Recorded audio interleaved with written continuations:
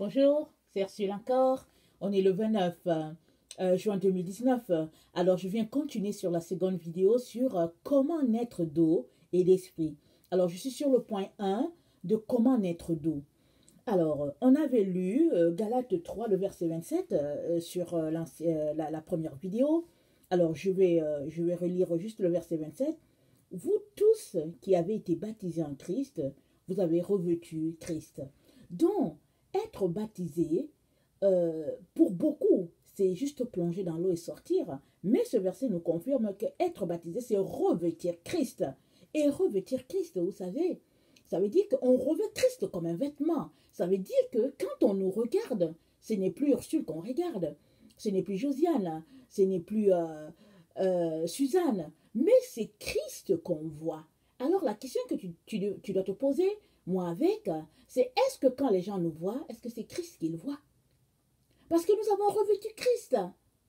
Nous ne nous appartenons plus, nous ne sommes plus nous-mêmes, nous sommes Christ. Alors nous sommes des petits Christ. Nous sommes exactement comme Christ. Alors ce verset-là nous dit que si tu as été baptisé, alors tu as revêtu Christ. Alors ça nous donne vraiment de nous arrêter et de nous réfléchir si nous marchons vraiment selon notre baptême. Selon la confession de foi que nous avons fait devant des témoins en disant que, au fait, aujourd'hui, je vous ai invité ici parce que j'ai décidé de me faire baptiser, de mourir en moi-même et puis de renaître avec Christ. Ça, c'est très, très important. OK? Et puis, j'aimerais qu'on regarde ce que ça veut dire revêtir Christ de façon concrète. Éphésiens 4, le verset 24. C'est juste après Galates. Alors, Éphésiens 4, le verset 24, ça nous dit ceci. Éphésiens 4, le verset 24. Alors, je vais lire le 23 aussi. Ok, Éphésiens 4, le verset 22. Eu égard à votre vie passée, du vieil homme qui se corrompt par les convoitises trompeuses, à être renouvelé dans l'esprit de votre intelligence et à revêtir l'homme nouveau, créé selon Dieu dans une justice et une sainteté que produit la vérité. Alors, revêtir Christ, c'est devenir un homme nouveau. Alors, cet homme nouveau-là, on le devient comment? On le devient dans une justice et une sainteté que produit la vérité. Autrement dit, si tu marches encore dans le mensonge, ça veut dire qu'il n'y a pas de vérité en toi. Et nous le savons, nous avons vu ça dans plusieurs vidéos, que la vérité, c'est la lumière. Alors souvent, on peut se demander, mais Jésus dit qu'il est lumière. Ça veut dire quoi? Être lumière, être lumière. Être lumière, c'est se débarrasser de tout ce qui est mensonge, sous toutes ses formes. Alors suppose que verbalement, tu n'es pas quelqu'un qui profère le mensonge. Mais dans ton habillement, tu peux être quelqu'un qui est un menteur. Comment? Exemple, tu dis à tout le monde que tu es enfant de Dieu. Tu dis à tout le monde que tu es un suiveur de Jésus. Tu dis à tout le monde que tu es un disciple de Jésus. Tu dis à tout le monde que tu es un chrétien. Ça veut dire donc que tu suis Jésus à la lettre. Mais quand on te regarde, exemple, tu es habillé, tu as ton petit corsage, tout ton corps est dehors, et puis tu as une petite culotte, et puis toutes tes jambes sont dehors. Alors, ta vie est un mensonge. Parce qu'en réalité, tu n'es pas ce que tu dis être. Parce que quand on te voit, on ne voit pas Jésus-Christ en toi du tout, du tout.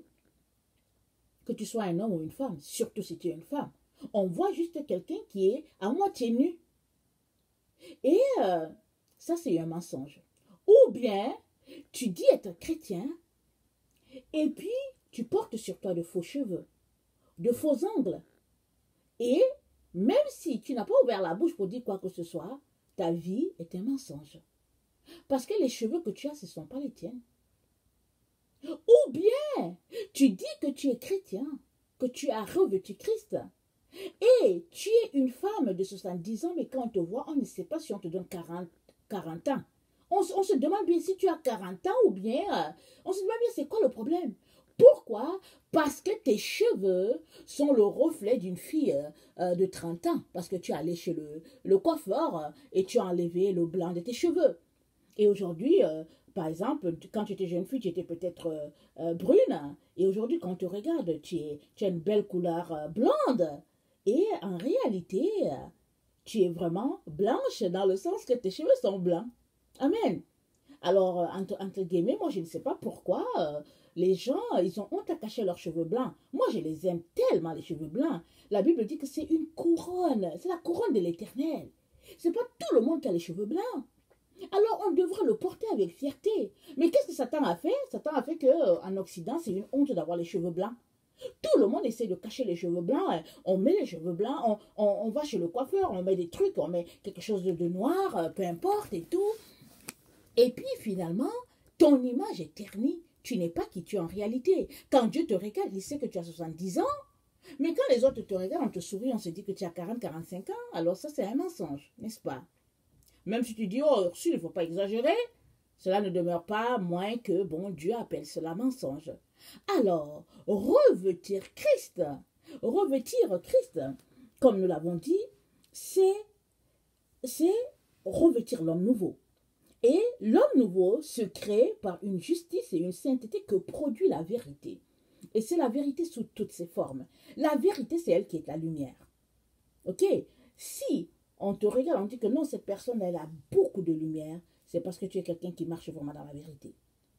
Jésus-Christ a dit quoi? Il dit toujours, en vérité, je vous le dis. Jésus-Christ, c'est la vérité. C'est la lumière. C'est la parole. Évidemment, les gens ne l'ont pas reconnu. Jésus-Christ a dit, vous voulez juste vous voulez juste vous éclairer 1 heure à la lumière. Et le reste du temps, vous voulez rester dans l'obscurité. Mais le Seigneur nous appelle à être des êtres de lumière sous toute notre forme. Parce que ce n'est que comme ça que tu reflètes Christ. Amen. Tu ne peux pas être enfant de lumière et marcher dans les ténèbres.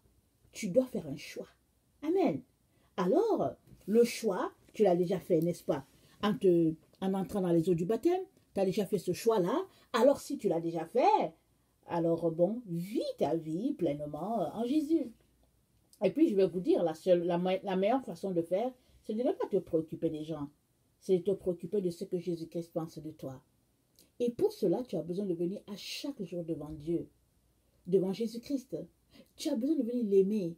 Tu as besoin de venir lui parler et lui dire qui il est pour toi, combien tu l'aimes, combien tu le chéris, combien il est tout pour toi. Tu as besoin vraiment de t'accrocher à lui. Tu as besoin de prendre ta Sainte Seine à tous les jours, qui est le temps de communion avec le Seigneur. Et si tu fais cet exercice-là journalièrement et tu le fais fréquemment, ça ne va plus rien te dire ce que les autres pensent de toi. Tu vas juste regarder à Christ, tu vas dire, mais Christ, même tel que je suis, il voit tout ce que je vis, avec mes faiblesses, mes anomalies, mes handicaps. Tout le Seigneur voit. Il voit ton handicap. Il voit tout ce que tu vis. Alors, tu n'as plus besoin de te préoccuper des gens. En ce sens-là, alors, écoutez, si quelqu'un te rencontre et se dit, ah, qu'est-ce qui s'est passé? Qu'est-ce qui est arrivé à tes cheveux? Tu dis, mais non, je suis juste moi-même.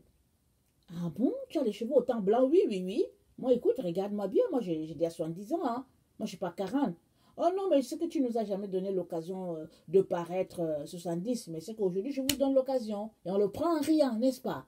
Mais aujourd'hui, les gens sont faux. Ils sont faux. Beaucoup de personnes sont fausses. Quand tu les regardes, au fait, tu ne sais même pas qui elles sont. Amen. Quand j'étais vraiment jeune, j'étais dans la vingtaine, début vingtaine, j'ai rencontré quelqu'un, il avait 30 ans, mais il avait des cheveux blancs, tellement blancs, mais je ne comprenais rien. Quand je le regardais, je ne voyais pas de rides parce qu'il était dans la trentaine. Et finalement, j'ai pris mon courage à deux mains, je suis allée lui demander, j'ai dit, excuse, je ne comprends pas, mais quand je te regarde, je vois que tu es jeune, mais je ne comprends pas pourquoi tu as les cheveux blancs. Alors le monsieur, il a tellement ri, il dit, j'ai commencé à avoir les cheveux blancs quand j'avais 21 ans. J'étais étonnée. Parce que bon, écoutez, je ne savais pas. Je pensais que bon, les cheveux blancs, c'était juste à partir d'un certain âge. Mais lui, il a commencé à avoir les cheveux blancs étant jeune. Ça lui allait bien, mais c'est tout simplement que tu regardes, tu dis waouh, en tout cas. Mais il n'a pas pris de ton cheveu. Il est important qu'on soit le reflet de qui nous sommes en réalité. C'est pourquoi il y a plusieurs personnes qui rateront l'avènement du Seigneur. Tout simplement parce que malgré leur bouche qui disent aimer Jésus, la réalité elle est autre. Il y a des gens, hein, Ils se lèvent le matin, ils sont devant le miroir, je ne sais pas combien d'heures, ou bien combien de minutes avant d'aller au travail. Et on n'a jamais vu leurs cheveux. C'est-à-dire qu'on n'a pas vu leurs cheveux blancs. On ne sait pas qui ils sont. Et de sorte qu'un jour, tu peux les rencontrer à côté de eux, tu vas dire, ah, mais attends. Mais en réalité, c'est des personnes qui vont toucher le coiffeur, et puis bon, elles arrangent et tout, l'image de soi. Et ils soignent tellement leur propre image. Et Jésus appelle ça quoi? Séduction, idolâtrie, narcissique.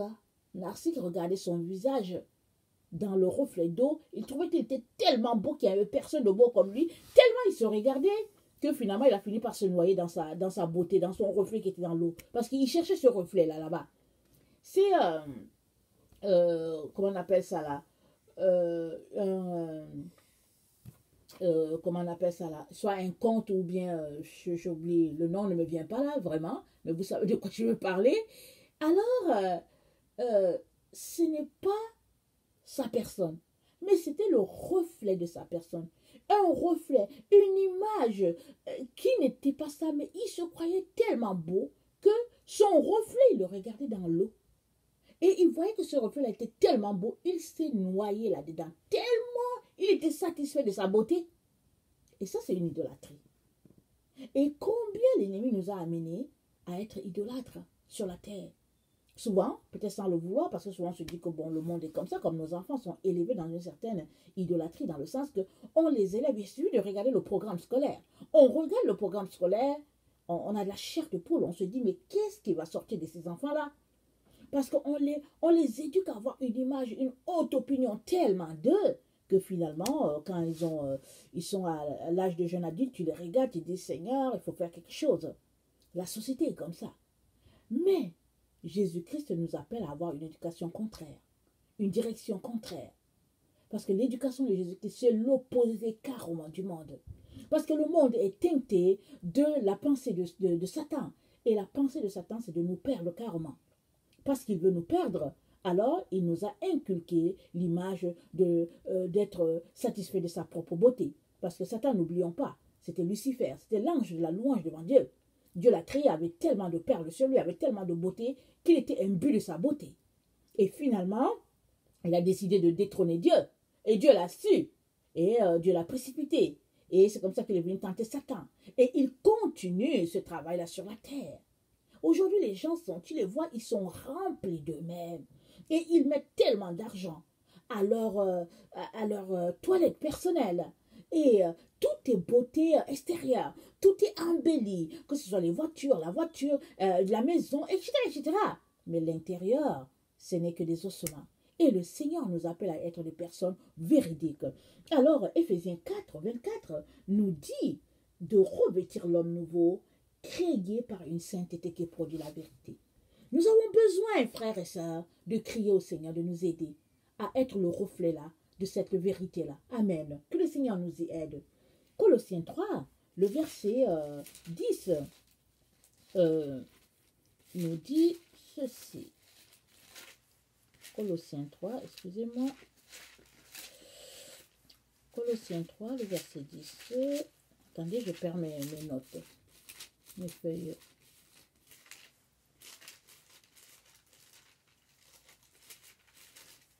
Ça colle tellement. Colossiens 3, verset 10. Ok, je vais lire.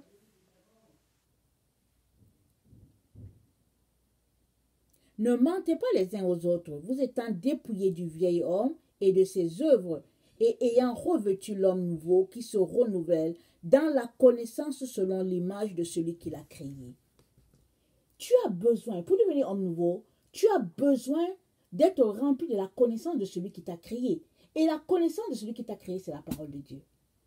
La connaissance de Jésus-Christ, tu ne peux pas l'avoir en dehors de la parole de Dieu. Tu as besoin de t'imprégner de la parole de Dieu. C'est ça encore, l'eau, naître d'eau. C'est ça.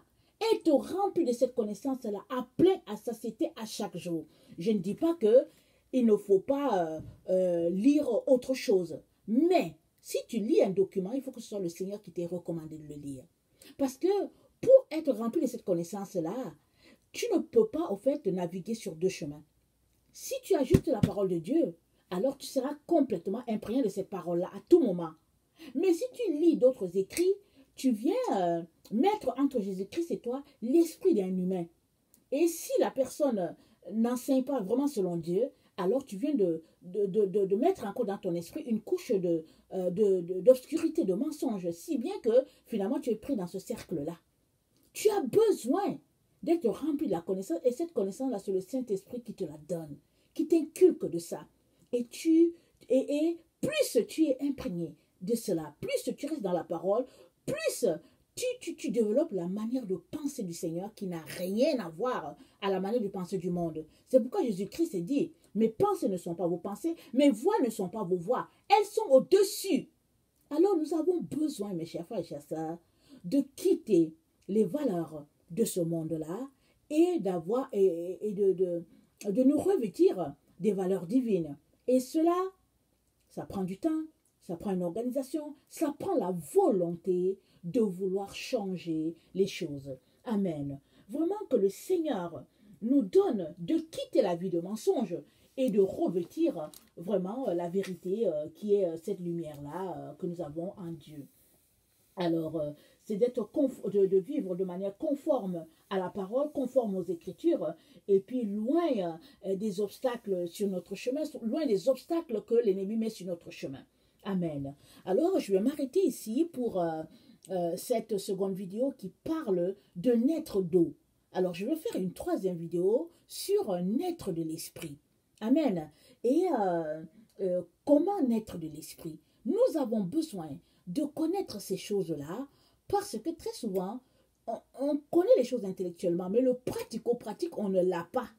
Et cela demande que nous puissions venir nous imprégner de la parole de Dieu, rester dans sa présence pour qu'il puisse nous éclairer. Amen. Si tu es quelqu'un qui ne connaît pas le Seigneur Jésus, je viens te dire que Jésus-Christ est le seul chemin, la vérité et la vie. Si tu lui donnes ta vie, tu ne le regretteras pas.